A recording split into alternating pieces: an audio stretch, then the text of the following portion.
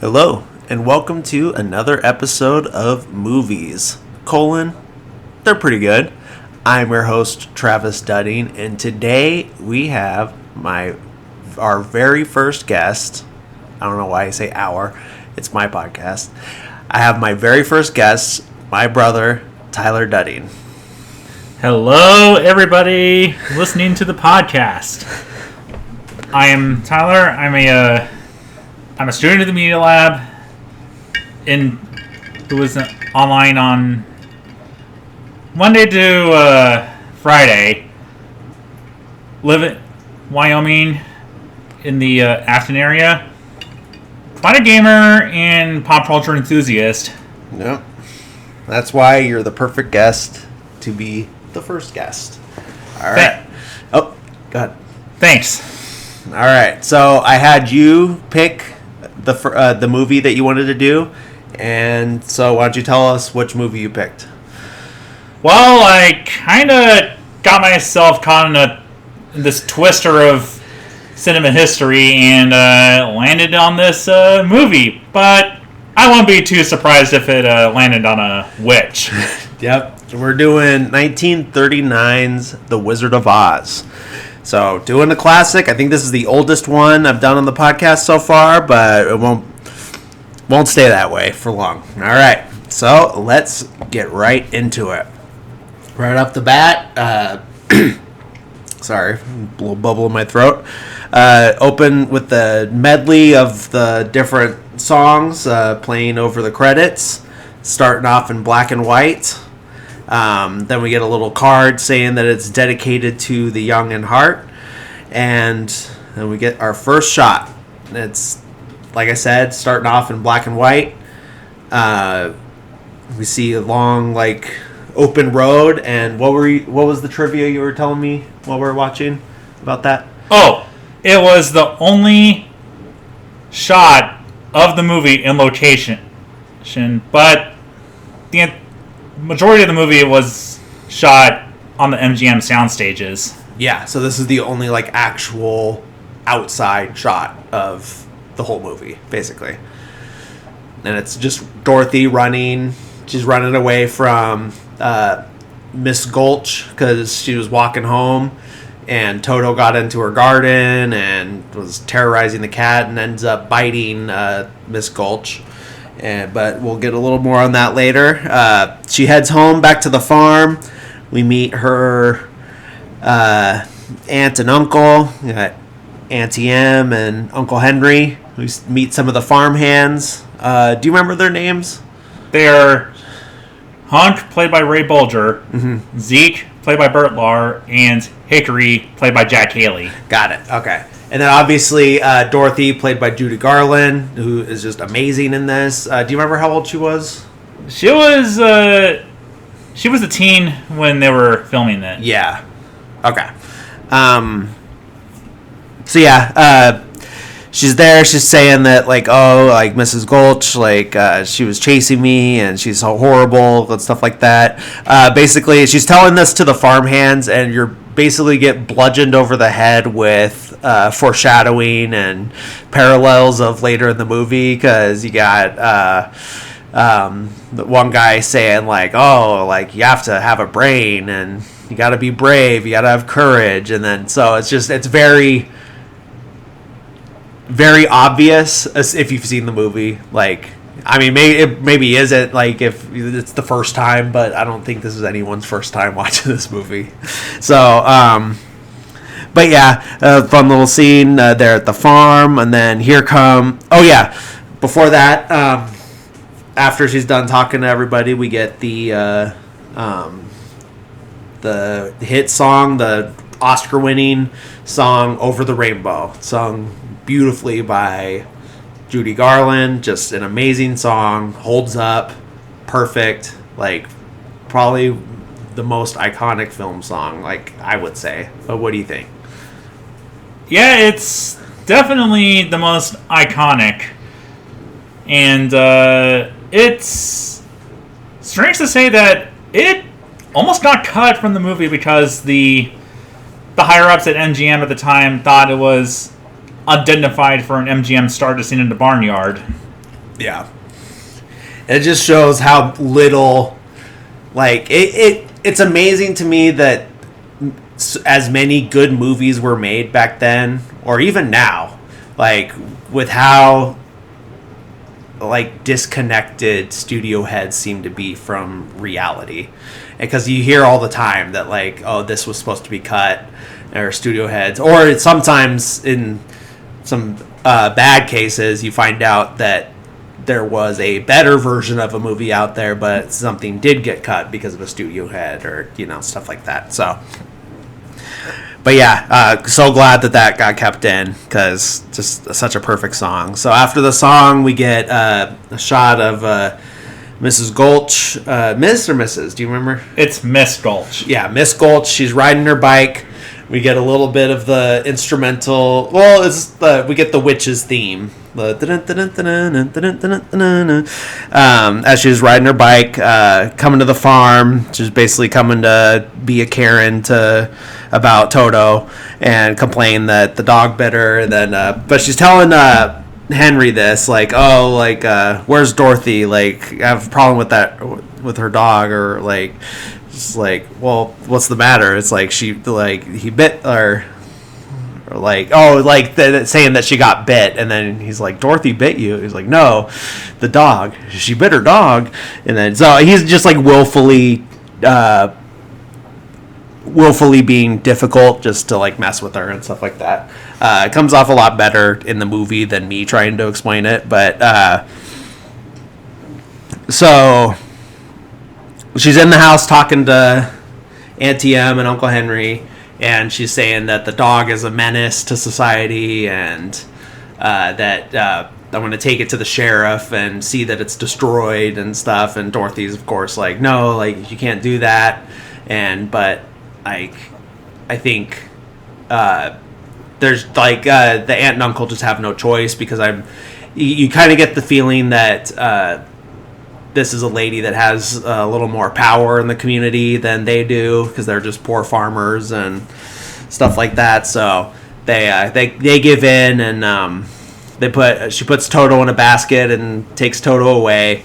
But then that's not for long, because Toto escapes like almost immediately, like out of the basket on the back of the bike.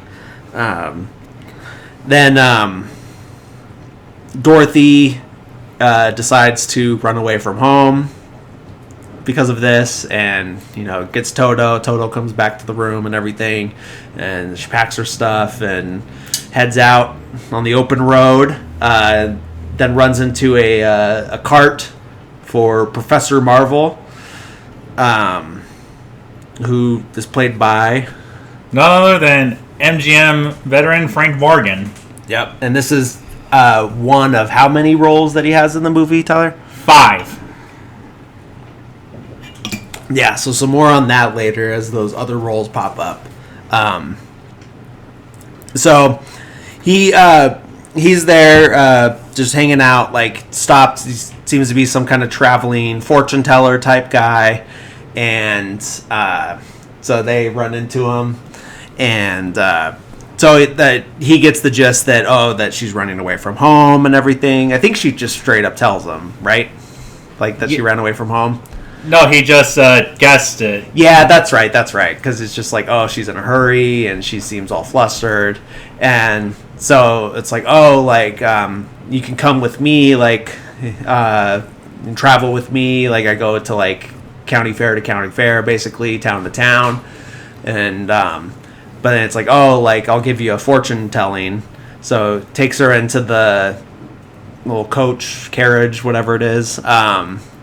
Whips out his crystal ball and is looking in there, and he basically, like, the way I understand it is that he isn't like actually doing a reading. He's just like saying, just like telling her the things that she needs to hear to feel bad and go home, and it's like, oh, like, I see a woman in a polka dot dress and she's crying, and so I'm also assuming that he also probably knows who Dorothy is because it's a small town, so he probably has just like seen her, and he's probably had some dealings with the family and everything, so he like describes Auntie M and says that she's crying and all this, and so that makes Dorothy feel guilty, and she's like, oh no, like I gotta go home, she's sick. But yeah, because he also says that like, oh, like she's holding her hand to her heart, like she's having a heart attack basically, and guilts her into going back home. So have I missed anything yet? Oh, the coat that Professor Marvel is wearing is none other than the coat that was somewhat tailored for the author of The Wizard of Oz, L. Frank Baum. Really? So it was made for him, or it was made to his size, or? It was made for him. Oh, okay. Did he ever wear it? I think I can't. You're not sure? You just know that it was made for him.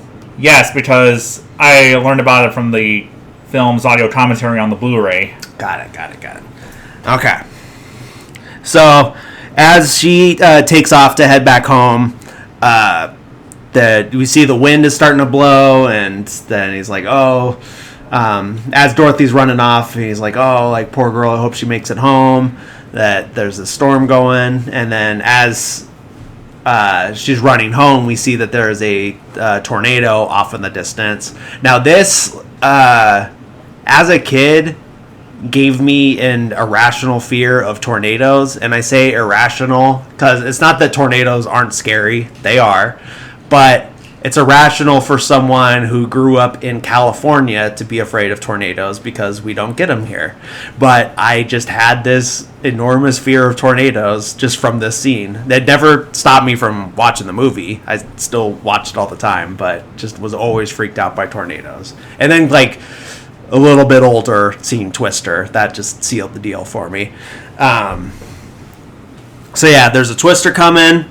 We see the aunt and uncle and the farmhands getting into the cellar. They're trying to find Dorothy, but she's nowhere to be found. And they just like wait as long as they can, and then they get down there and lock it. Then Dorothy gets there, but it's too late. The cellar door is already locked. There's too much noise from the storm, so they can't hear her pounding on the door. She goes into the house, like looking for everybody, like maybe they're still in there. And then the wind blows a window out and knocks her over the head and just like KOs her right there and there. Anything you want to add? Did I miss anything? Or well, the tornado is a really great effect, and it was one of those effects that ended up being repeated in another MGM movie called Cabin in the Sky.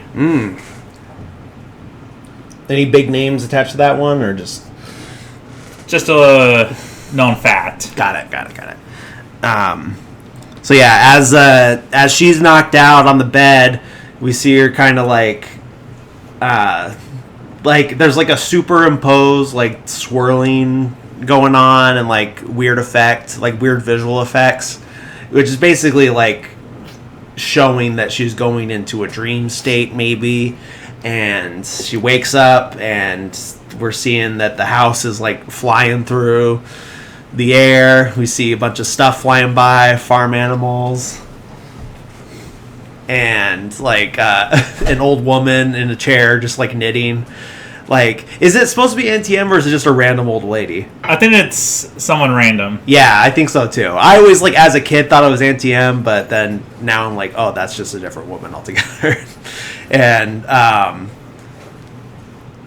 yeah, and then there's like two guys in a canoe rowing, and it's just, the funny thing is like how okay with being thrown around the sky these people are. They're just very chill about it and just like, oh, this is their life now. And oh yeah, and then we see Miss Gulch.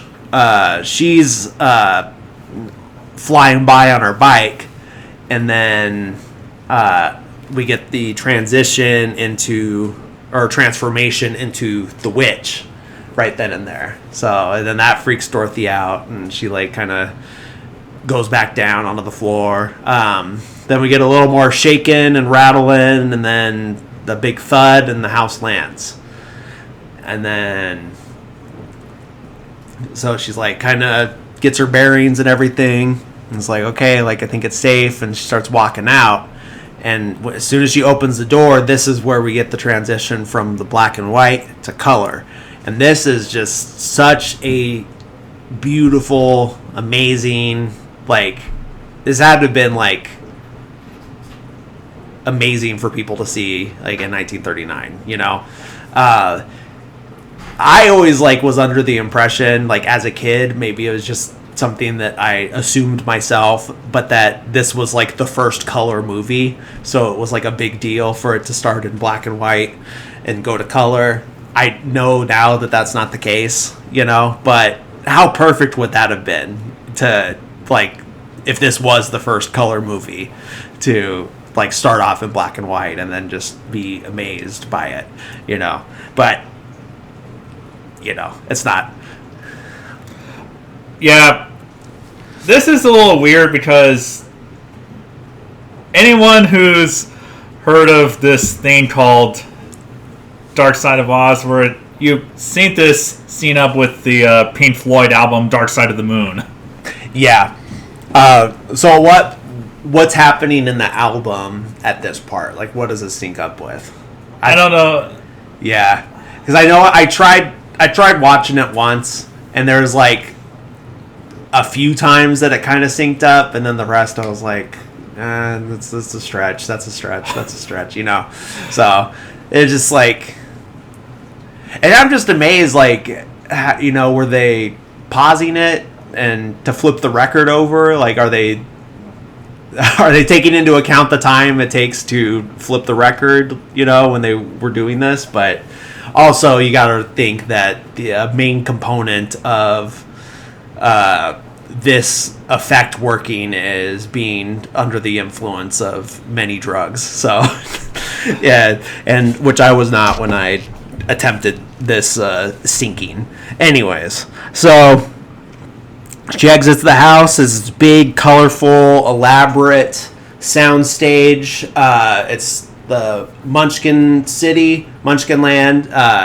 Just beautiful, beautiful colors everywhere. They you were saying that they went out of their way to make everything more colorful, and the costumes and everything, just to show off the Technicolor. Yes. Okay. So she's out, like, looking around, and what's the first thing she sees? Does she see the Munchkins, or does she see the? Oh, she does the famous line first. Toto, I have a feeling we're not in Kansas anymore. Iconic, like one of the most famous movie quotes of all time. Oh yeah, and then here comes this bubble out of the sky. You know, the normal thing that happens. And out of the bubble comes Glinda, the Good Witch. Yeah, Good Witch of the North. Yep, and and then she asks, like, are you a good witch or a bad witch, right? Yes. Yeah, and Dorothy's, like, confused, like, I'm not a witch. Like, where are you getting this information? Who told you? She grabs Glinda by the collar and shakes her. It's like, who told you? Then find out that, like, the Munchkins said that a witch came and smashed the Wicked Witch with the house. And so I just want to know, are you a good witch or a bad witch? And she's like, oh, I'm not a witch. I'm just the girl from Kansas. And then, so this is where we find out that there's a dead witch under the house that she landed on. This is the first of two murders that Dorothy will commit over the course of the film. And did you have anything to add to the scene? Am I missing anything? Yeah. Glinda is played by Billy Burke, and she is a combination of two characters from the original book. It was a Good Witch of the North, and there's a Good Witch of the South named Glinda in the books. Got it. And she's like a couple of years younger than Billy Burke is in the movie. Okay. Got it. So then she's, like, asking, like, where she is, and then you find out that, you're in the Munchkin City, and then all the Munchkins come out. We get this long musical sequence, which is also just another amazing song from, like, I gotta say, like, pretty, like, 95% of the songs are, like, catchy, stick in your head, iconic, all of that. Like, I think there's only one song that I'm not a big fan of, but that's, like, towards the end. But they're out singing and everything and celebrating, and we get the like, in song, the coroner coming out to confirm that the witch is dead. We get every organization and club and stuff from the Munchkin City, like, is represented there. We get the Lullaby League, we get the Lollipop Guild, we get the Kiwanis Club, we get the the Moose Lodge, all of them, you know, and veterans of foreign wars. Everybody's out there. They're all celebrating. There's this big celebration of murder that's happening, and to close the ceremony and the celebration, the another wicked witch shows up to put a stop to everything. And then, so she's like, who killed my sister? I want names.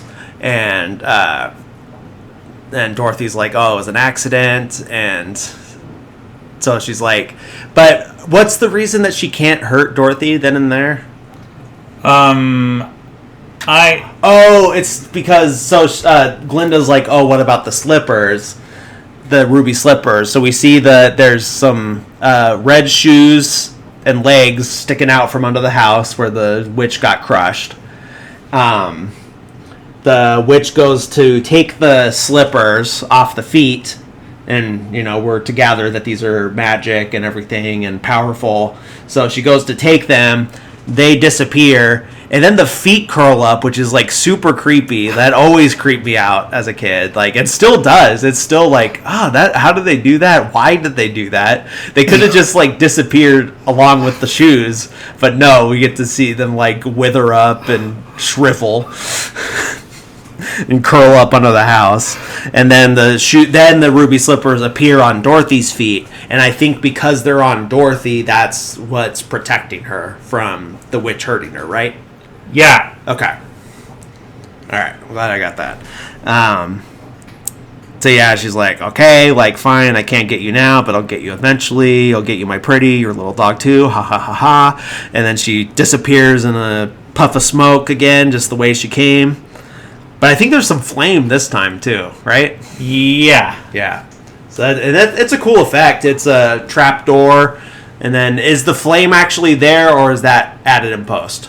I think it was there, and Margaret Hamilton, the actress who played the witch, actually got a burn injury from that. Oh, yikes. Okay, so yeah, then it was definitely real flame. It was 1939. They're not, like, there's no OSHA, probably.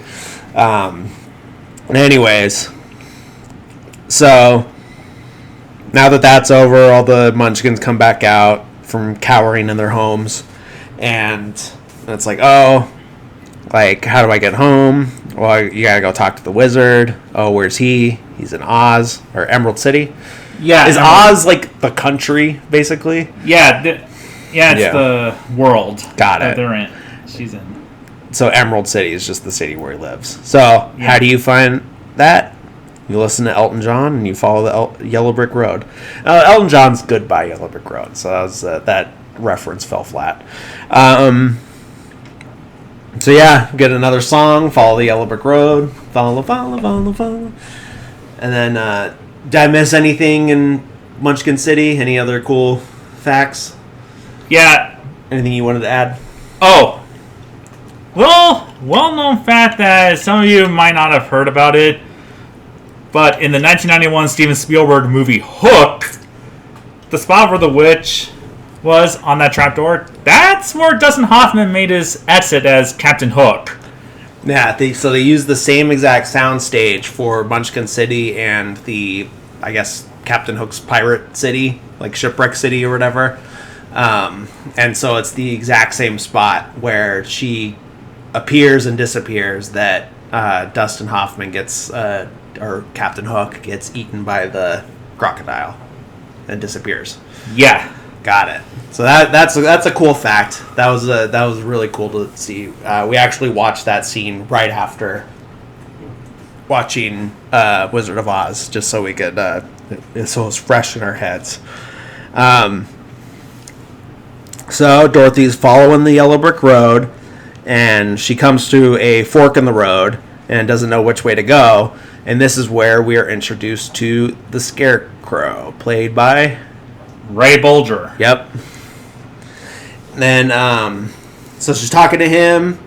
First she's like amazed that the Scarecrow's talking to her, and he's like stuck up on a post. She helps him down. He's like, "Hey, where are you going?" "Oh, I'm going to see a wizard, so he can take me home."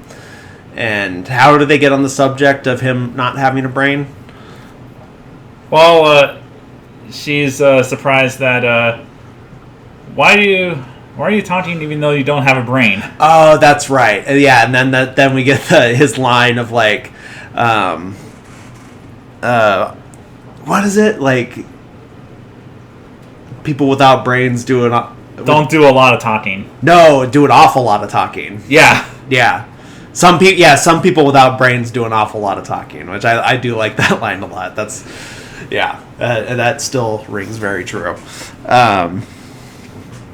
So then we get a nice song and dance sequence of "If I Only Had a Brain" and all the reasons that he would want a brain.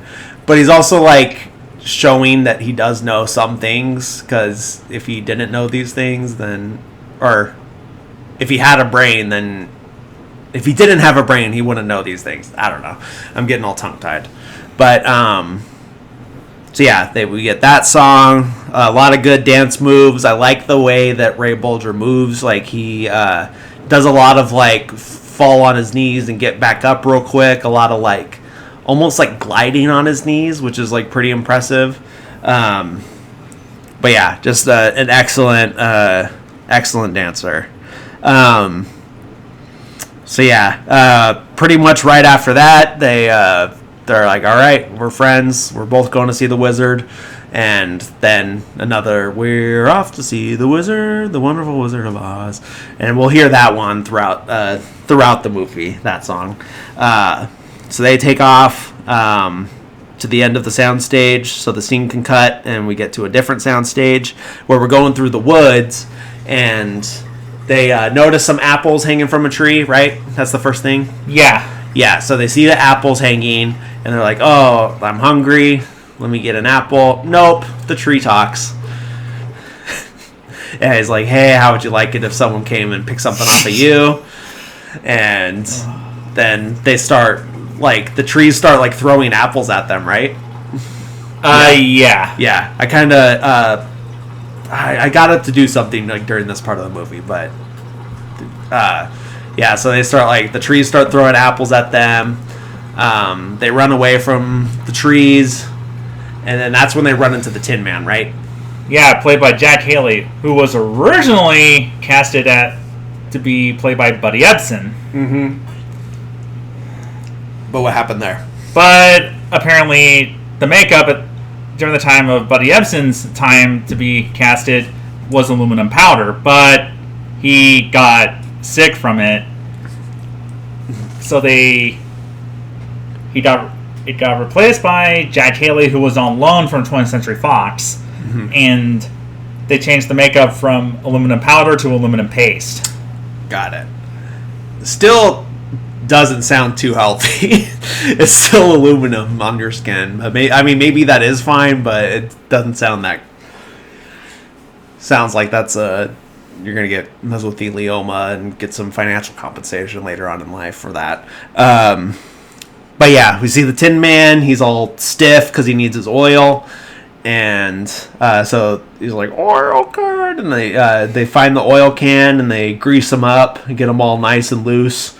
And hey, by the way, what I want is a heart, and I'm gonna sing and tell you about it. So he wants a heart, and tells you all about that. And then we get a quick voice cameo during this song, the If I Only Had a Heart, from who? None other than Adriana Caselotti, who is the voice of Snow White. Yeah, that's right. So, and you could definitely tell, you could definitely hear that it's the same voice. And she says, "Wherefore art thou, Romeo?" And so yeah, we get this nice little song, and he's joining the group. He's gonna come find the wizard too, but oh no, guess who's on the roof? The Wicked Witch of the West. Yep. What does she do? She throws a fireball at them. Mm-hmm. Which, if you're made of straw, is not good. If you're a scarecrow, it's not good if you're anybody. But I think Tin Man's the only one that's like good to go. Of course, he did just get doused in oil, so that's gonna just like, I guess, just he'll catch on fire, but he'll be fine in the end. I don't know. Just not good for anybody.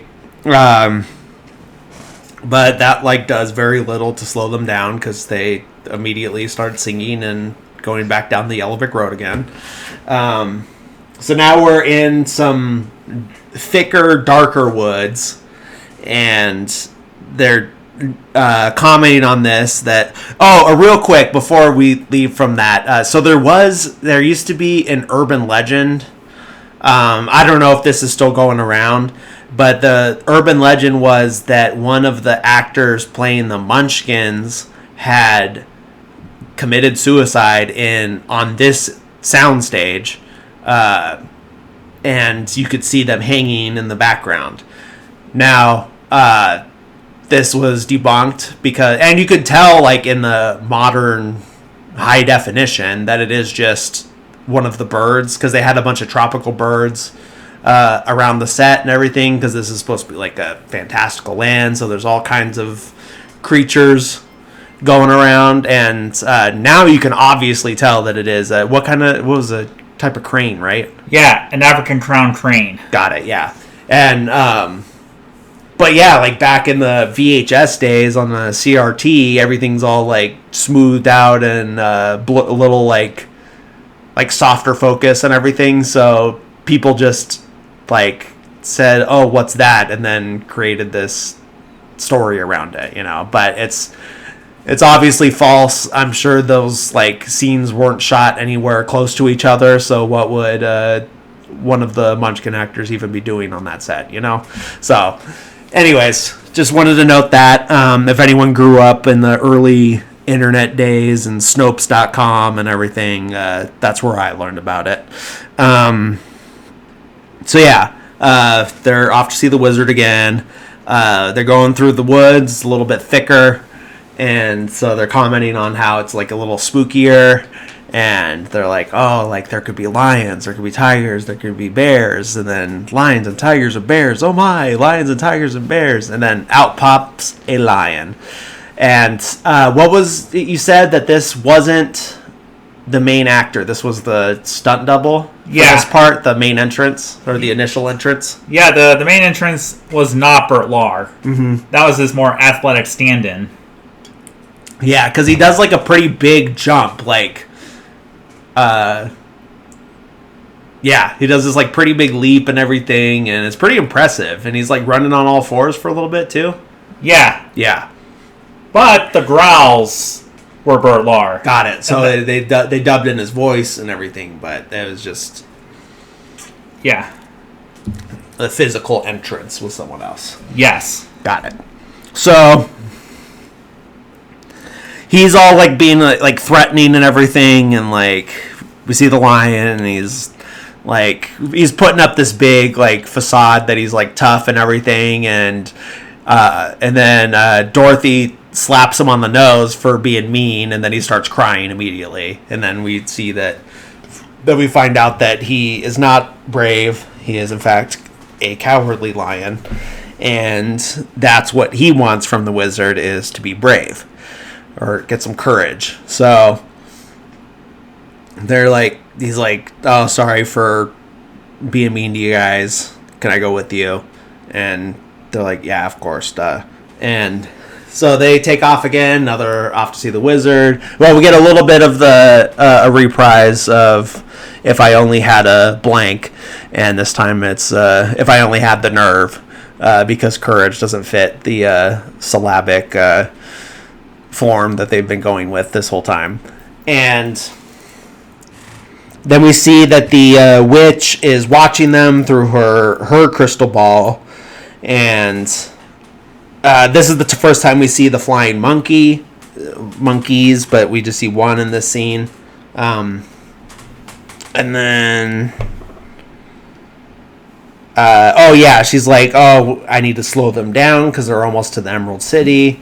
How about these poppies?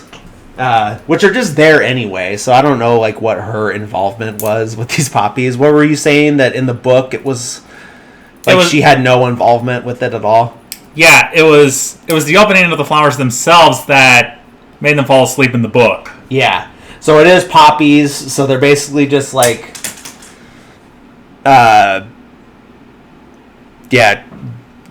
They're going through the field. It's a field of poppies. They're running through. They start getting sleepy. Dorothy and the lion get sleepy because they're biological creatures. The Scarecrow and the Tin Man are safe because they're just inanimate, basically. But they fall asleep. But then Glinda comes in, or she superimposes over the foreground and makes it snow. But basically it's like, what it looks like is they're all passed out on a heroin binge, so what do you need is an upper, and here's a snowfall of cocaine to get you going. And so they all wake up, and then they're like, oh, there's the Emerald City. Like, we're 2 feet away. And then we get a song that's like basically the exposition song of them, like, you're almost there, you're all right, you're out of the woods, and I had to like put on the subtitles, and I still forgot what they said. But they get there, they get to the door, they ring the doorbell, and out pops Frank Morgan. Yep. And this is the second character, right? Yeah, the doorman. Yep. Am I missing anything? Did you want to add anything to that? Or? Yeah. And apparently, little known fact that the final. Originally, Frank Morgan was going to play the wizard. It was at first going to be Ed Wynn, who was well known as Uncle Albert and Mary Poppins, and also the Mad Hatter in Alice in Wonderland. Yep. So they get there. He tells them, "Don't you see the sign?" And they're like, "What sign?" And then he pulls the sign up and says, "Doorbell broken," or "Doorbell out of order. Please knock." So they knock, and then he opens the door, and then he's like all happy. They say that they're there to see the wizard. And he's like, well, no one's seen the wizard before. Like, not even me. And they're like, oh, but we have the ruby slippers. And he's like, oh, why don't you say so? And then he lets them in right away. So they know what the slippers are, apparently. So they get in there, and then we see them get in a carriage with a horse of a different color. And you said, what did you say? So they actually, like, dyed these horses. What did they use? They used grape, lemon, and cherry Jello powder and water. Oh, okay. So that's probably not dangerous, right? Right. Yeah. Okay. That's good. Basically, just spilled like Jello on them, basically. Yeah. So they're going around. We get another song. This is another. It's How We Laugh the Day. What's the title of the song? Do you know? It's The Merry Old Land of Oz. Oh, yeah. And the tabby is Frank Morgan, character number 3. Oh, yeah, that's right. Yeah. Right off the bat, we get the third Frank Morgan character. He's driving around in the carriage. They're singing, ah, ha, ha, ho, ho, ho, and a couple of la-dee-das. And this song gets referenced a lot. Like in Family Guy, I'm sure in Mystery Science Theater 3000, all kinds of stuff. Like, for the longest time didn't know the actual words on the part where they're like cleaning them in the like the scrub and brush room or whatever, because I only think of the cutaway gag. The cutaway gag from Family Guy, where they're talking about Oz, the HBO prison show, and there's like scrub here, scrub there, whether you're white or bronze, a man can wash another man in the merry old land of Oz. Yeah, so that's the version that I always get stuck in my head all the time whenever I think of this movie, even when I'm watching the movie. Like that, those are the true words to me. Anyways, so they're getting all cleaned up and everything. Everyone's like happy to see them, and even though they don't know who they are, I guess they're just happy for anyone to show up that's not wearing green, because they're all wearing green. Oh yeah, I missed the part where the Wicked Witch gets mad that Glinda intervened, so she gets on her broom and flies out of the castle. You said this was done with miniatures? Yeah, that, and also the stunt double for Margaret Hamilton for all the flying stuff. Got it. Okay. So they show up, or they're there at the city. What happens next? I'm getting lost in my notes. The witch shows up in the sky. Okay, that happens first, right? Before they try to see the wizard? Yes. Okay. So yeah, she's doing some skywriting. She says, "Surrender, Dorothy," and all the townspeople are like, "Dorothy? Who's Dorothy?" And then they're like freaked out. I was like, okay, like we gotta get to the wizard like right now. We gotta take care of this. So they go to try to meet with them, but they're stopped by Frank Morgan, character number 4. Yep. So he's there. He's blocking them. He's got like this spear and everything, and it's him that says nobody gets in to see the wizard. Not nobody. Not know how. Yeah, it's the guard. Got it. Okay. Because see, I always think it's the doorman, but it is the guard, huh? Yeah. Yep. So yeah, he's like saying that they can't see the wizard, and then what is it that they? Oh yeah, and then Dorothy starts crying, and that's what like convinces the guard to let them in, right? No, that comes after the. Oh yeah. Yes, because first they tell him her name. Yeah.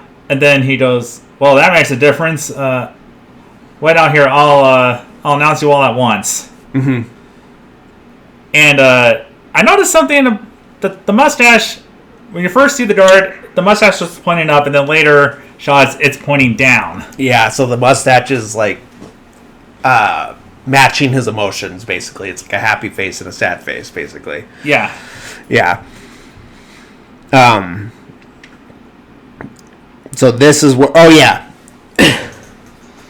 So they're waiting to go talk to him, and that's when they do the King of the Forest song. Yes. Okay. Now this is I think this is the only song I don't like, and it's not that it's a bad song, but it just never clicked with me, and I don't know why. But like, just even as a kid, didn't like the song, and even now I'm like checking my phone during it, you know. So, but it is cool when they put the carpet cape on the Cowardly Lion. He's the one singing the song. He's just singing like how, like, if I were the king of the forest, then this is what I would do. Now this is where the guard comes back and tells them to go away, right? Yes. Got it. Okay. So the guard comes back. He says, nope, you gotta go away. And then that's when Dorothy starts crying. That's when the guard starts crying, and then he feels bad, and then does let them in, right? Yeah. Got it. Okay. So they get in. They're going down the hallway to see the wizard. Super ominous, dark, long hallway and everything. They get into the throne room, and then we see the great and powerful Oz for the first time, and he's a big green floating head with like a kind of like a bulbous skull too. Yeah. Yeah. So super weird and creepy. But this is the first time we're seeing him. Got a lot of smoke and fire effects going off because he's just like trying to show off, I guess. He got a good pyro budget, so he's got to show that off. And he's basically like insults all of them first, and then they're like, "Oh, why are you being so mean?" And he's like, "Oh no, like I'm gonna give you your requests, but first you have to do a small task for me." And the small task is to bring him the broom of the Wicked Witch. So, yeah, they're like, "Oh, like, but like she'll kill us before we can get it." And he's like, "Yeah, don't care. Like, just bring me the broom." And so this is when oh yeah, he's like, "Go now," right? Is that what he says? That scares the lion? Yeah, he says, "I said go," and then the lion darts off and then runs down the hall, and then jumps out the window. Yeah, just out of nowhere, just jumps out of a window. Who knows how high off the ground this window is? And then, so then we see them walking through the haunted forest to find the witch's castle, and they all have various weapons. Let's see, the Cowardly Lion has a net. A detainer is something called Witch Remover. Yeah, this like weird, like almost like a pesticide like sprayer or something, and it's called Witch Remover. And then what does Tin Man have? His axe that he has anyway. Yeah, and a wrench. And a wrench. I don't know what he's gonna do with that. And what does the Scarecrow have? A gun. He just has a revolver. that he never uses. None of these weapons get used, by the way, except the axe later, and not like on anybody. He uses the axe for axe purposes. But it's just so like I don't think I ever realized until like a recent viewing with my kids that the Scarecrow just has a gun. It's just so weird. But yeah, so they're walking through the forest. They're getting creeped out. But the witch is one step ahead of them and sends off the flying monkeys. We see like a whole army of them flying. So it's a pretty cool, creepy shot of like just like hundreds of monkeys flying in, and they swoop down and they take the Scarecrow apart. Basically, they pull out all the stuffing, and what do they do to the? I know they kidnap Dorothy and Toto, but what do they do to the Tin Man? And they just like kind of push them aside. Yeah. Yeah, like don't worry about what we did to them. So yeah, they take Dorothy, they take Toto, flying back to the castle. Oh! I almost forgot. Yeah. Before the Flying Monkeys, originally there was going to be a musical number in the Haunted Forest, which was the Jitterbug. Mm-hmm. Why'd they end up cutting it? Because it seemed tonally not well for that creepy setting. Oh yeah, because it's like this like creepy forest, everyone's scared, and all of a sudden they do like a happy song and dance number. It just doesn't make any sense. Because I've seen like the rough footage of it, because it used to be on the like either the beginning of the end of the VHS tape that we had as kids, right? Yeah, it was the end. Yeah. The collector's supplement. Yeah, that was cool. That was a very rare thing for VHS, is to have special features, basically. Yeah.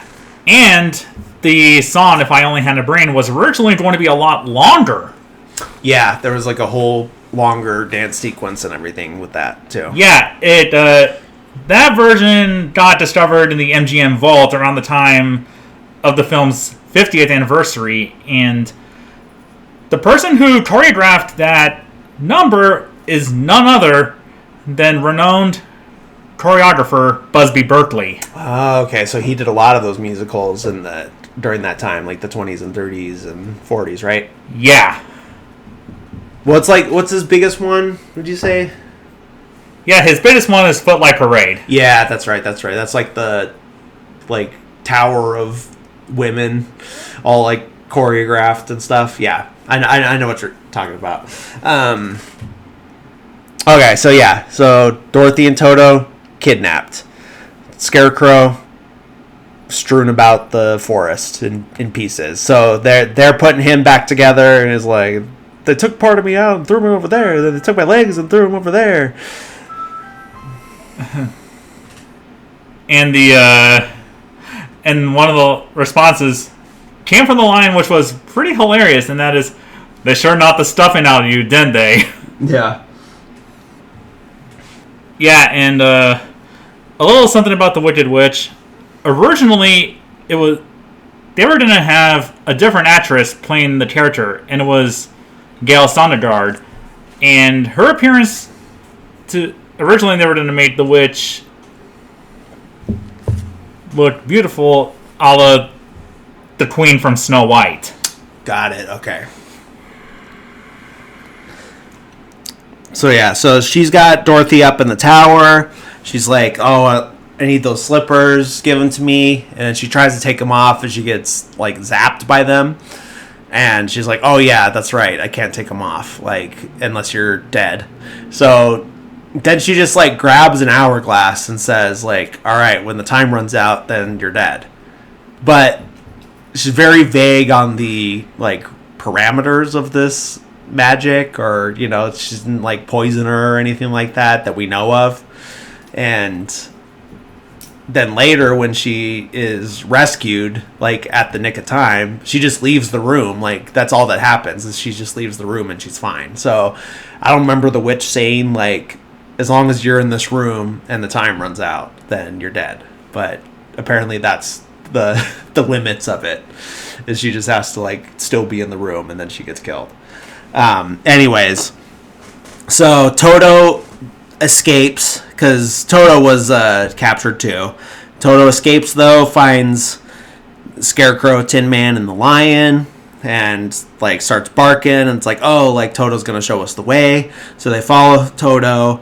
Then they see all the guards walking around outside, and they're doing their like formation and marching, and they're doing the yo, and that's been parodied like a bunch of times. Wreck-It Ralph is the first one that comes to mind, or parodied by me in the theater watching Lord of the Rings: Return of the King. Yeah, that was on everybody's mind. And by the way, there's no subliminal message To what? to that to the chant and those nonsense syllables. What the guards are really chanting is "O-E-Ah, E-O-Ah." The people thought there was a subliminal message to it? Yeah, that was... Moviegoers and fans tried to make sense out of those nonsense syllables. Oh, yeah, that happens all the time. People read too much into things. Usually, I don't know. I feel like if it's a real subliminal message, then you're not going to pick up on it. You know what I mean? Yeah. Yeah. Anyways, so... Then, as they're watching these guards, 3 guards show up behind them and like try to capture them, but then they like fight and then end up in, and then they beat the guards and then they put on their uniforms. Now, I'm not 100% sure on this. I should have looked it up, but I think this might be like one, at least if not the first, it's one of the first times that this trope has taken place. What are some other examples of it we're talking about?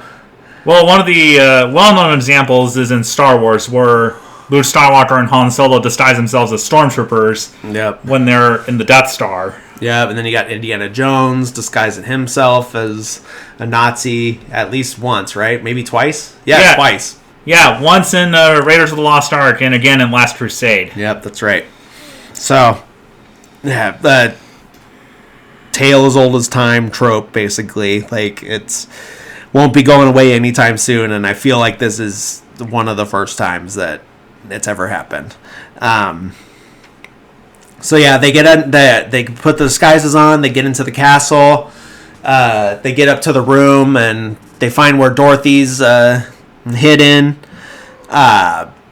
Tin Man finally uses one of the weapons that they brought and knocks the door down with his axe. And he puts his face in the crack and says, "Here's Johnny." And then Dorothy says, "No time for that," and pushes him out of the way. And then she escapes. She doesn't die, even though the thing ran out. So now they're all together. They're trying to get out of the castle. It seems like they've like given up on like getting this broom. They're just like, let's get out of here, you know. And but then they get cornered by the witch because they're like they get to this like one corner tower, and they got guards coming from one side and more guards coming from the other side, and oh no, they're cornered in a room first, right? Yes. Yeah, they get cornered into this room where they're trying to exit the door, but then the witch shuts the door, and so they're trapped. The witch says, "How about a little fire, Scarecrow?" and shoots a little fireball at him. Right? No, it's the...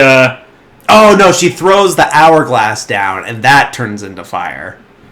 But Scarecrow uses the Tin Man to cut the rope holding up the chandelier. Yeah, another and then trope. There's the chase. Yep, another trope of like the cut the rope and the chandelier falls on a group of bad guys. Yep. But I don't think this is the first time. I feel like that was probably in that like the Errol Flynn Robin Hood or something, right? Yeah, which got parodied in Men in Tights. Yeah. Yep.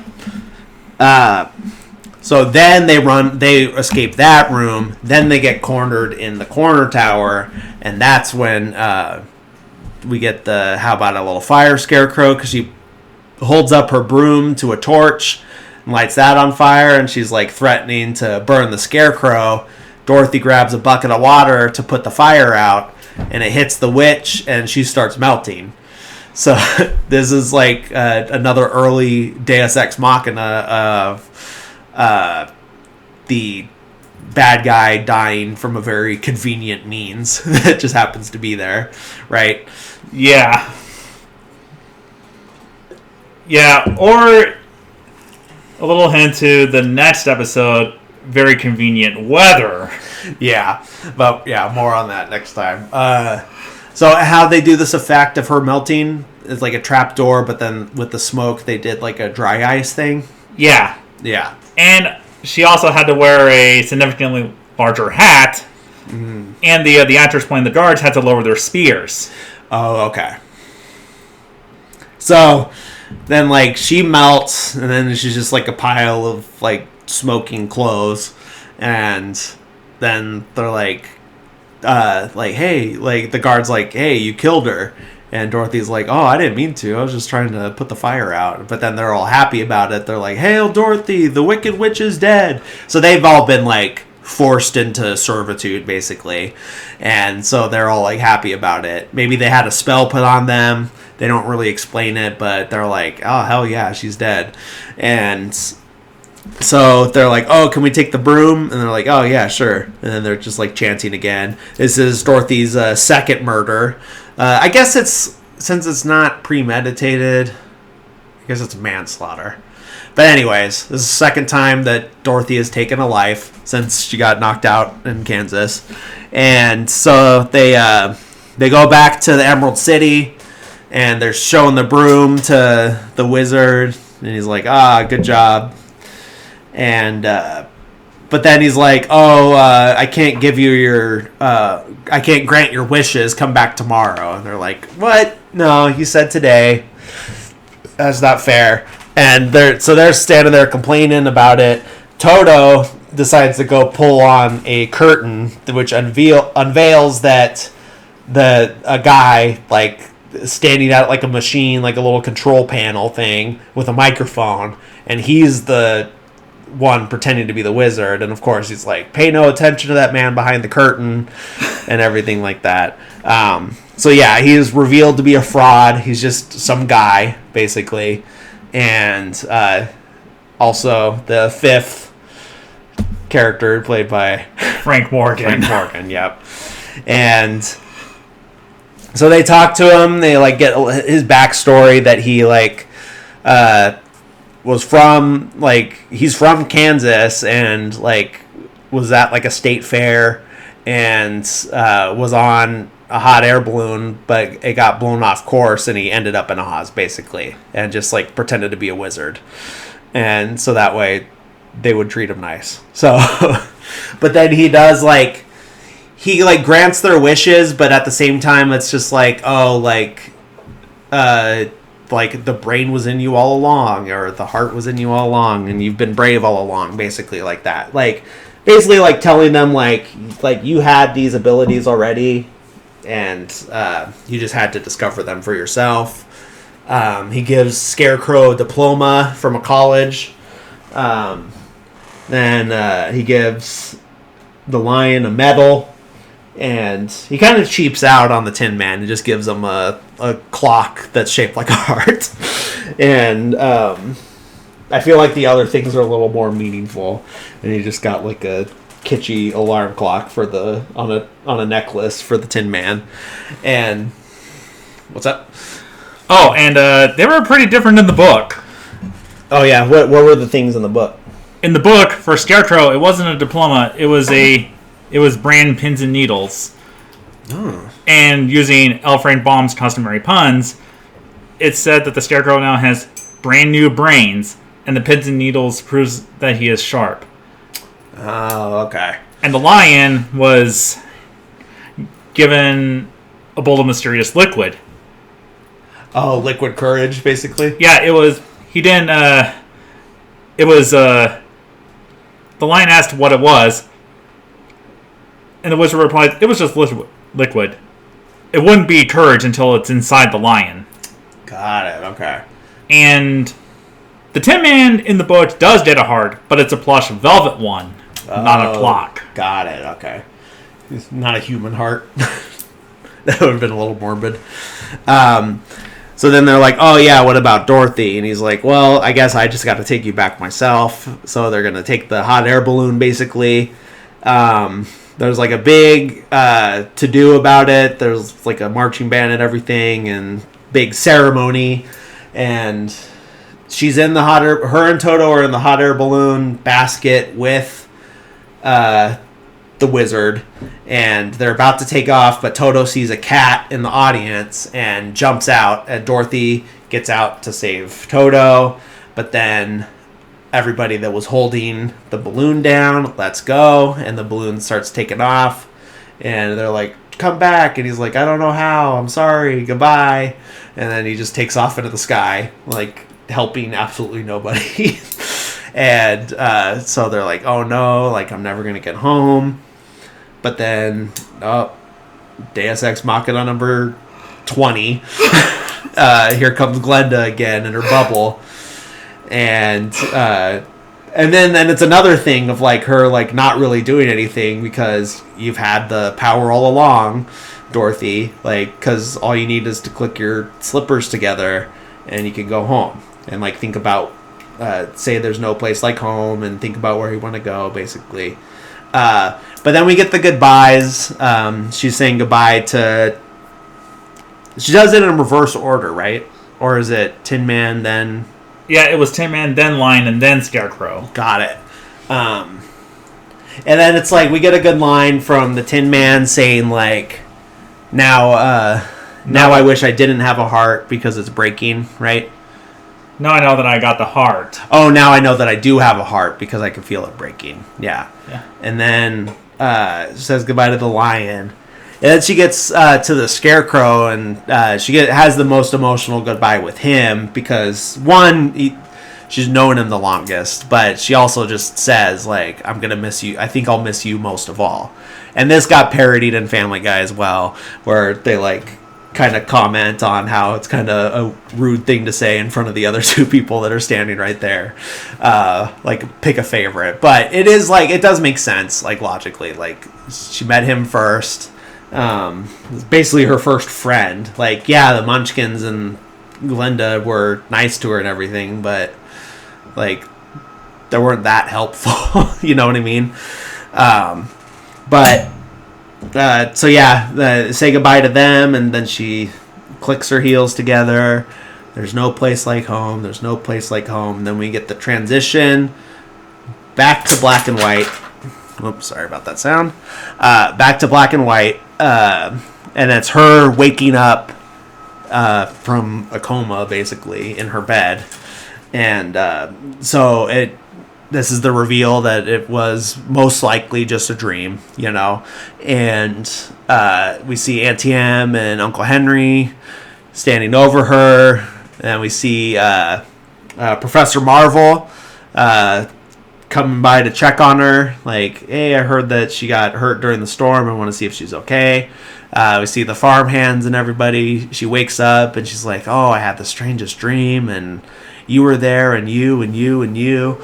And it then basically just has like a heartfelt, like, oh, like I shouldn't have ran away from home because like I have all the most important people here that I love and things like that. And then she ends it with the iconic line, "There's no place like home," which is right up there with all the other famous end movie lines, like "Forget It, Jake, it's Chinatown." I think this is the beginning of a beautiful friendship, or it was beauty that killed the beast. Yep. So yeah, very, very iconic film. Very classic. It holds up. It's like there's some silliness in there, but it's well done silliness. Like I just love the look of, like they really pulled off these sound stages. I'd rather have these like sound stages than like a lot of like the CG stuff. Like it looks more realistic, even though I know it's fake. Like they're both fake, but it still looks more real and everything like that. Any final thoughts on the movie? Anything that you missed that you wanted to get out there? Yeah, one thing that was that was really well known is because this movie basically had the same director as Gone with the Wind, Victor Fleming.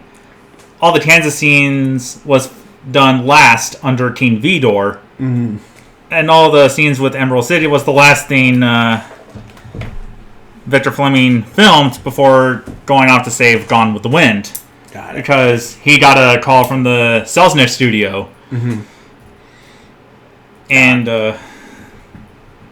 the first director was Richard Thorpe, but he got removed during the break in shooting to recast Buddy Ebsen's part. Got it. So, and they got George Cukor to do some of the ironing out to make everything the way it is now, and and Mervyn LeRoy chose Victor Fleming to be the director. Yeah, because there's something like, 5 directors on this? Yeah. No, 3. 3? Okay. Yeah. Yeah, there's actually 4. There's Richard Thorpe. Yep. George Cukor coming to ironing things out. A majority of the filming done by Victor Fleming. Yeah. And all the Kansas stuff is King Vidor. Yeah. And Victor Fleming's the only credited one, right? Yeah. Got it, yeah. I mean, he did do the bulk of the work, but there were these other guys coming in to, like, help where they could. But yeah, it's just an amazing movie. Really enjoyed watching it. Really enjoyed watching it with you again for probably the 100th time that we've done that.